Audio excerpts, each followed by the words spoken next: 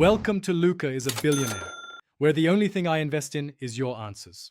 You start by inserting the Lakemaster micro SD card and powering the Humminbird. You do this now because the unit must recognize map files before any settings change. Once you see the progress bar, let the software index. Make sure the card model and firmware are compatible so maps render correctly. If prompted to update, choose Update only if battery is stable.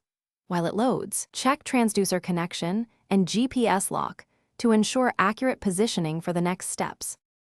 Once the map is visible, open the Lakemaster chart directly and select the lake you want. You'll adjust layers so relevant details stand out.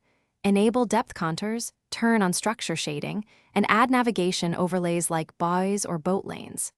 Use pinch to zoom and switch between north up and heading up to match your orientation. This helps when you're moving.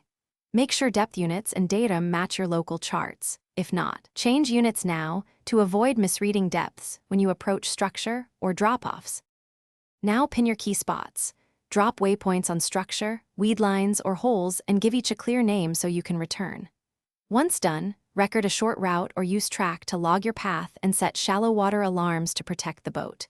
Make sure to save waypoints to the micro SD or unit memory.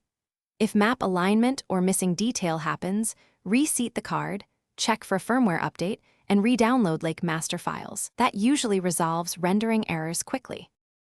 Thanks for watching and please subscribe. It's the best investment you'll ever make.